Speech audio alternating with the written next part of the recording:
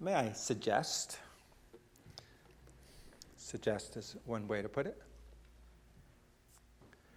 that we would begin the day, that we would begin the week, that we would have some sense of fear and humility before the Lord in light of our smallness and our sin. A fear of the Lord. Now, when I say fear of the Lord, that is not necessarily that we're like fearful, although when we're in His presence, we may be fearful.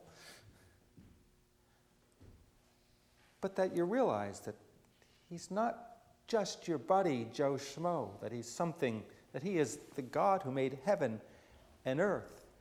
And Isaiah feels this sense of, if you will, smallness. Maybe I can put it this way as an analogy, that well, we're one of 7 billion people, roughly 8 billion, I'm not sure what the latest count is, right? So and we are going to end up as dust. We end up as dust, and that's humbling. In fact, it's interesting in the Bible when individuals thought they saw God, or when they saw God, they thought that they would die. So, for instance, Manoah, and Manoah is whom? Samson, did I hear? Samson's father. Manoah sees the Lord, and what does he say to his wife? We are doomed to die. It's over. I've seen the Lord. There's this sense of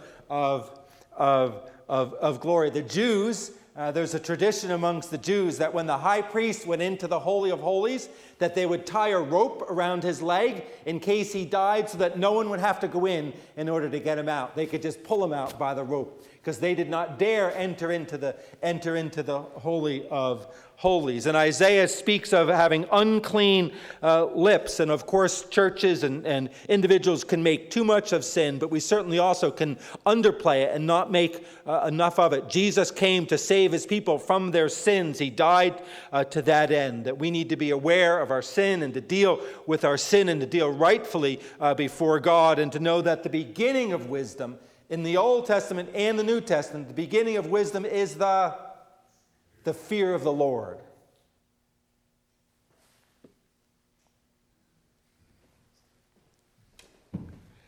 So, but the Lord is in His holy temple, Habakkuk writes, let all the earth be silent before Him.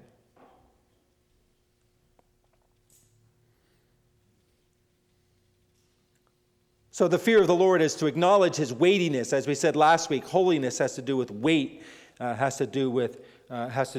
glory has to do with such things. So number one, that there should be in the people of God some sense of fear and humility and lightness in light of our own smallness and sin.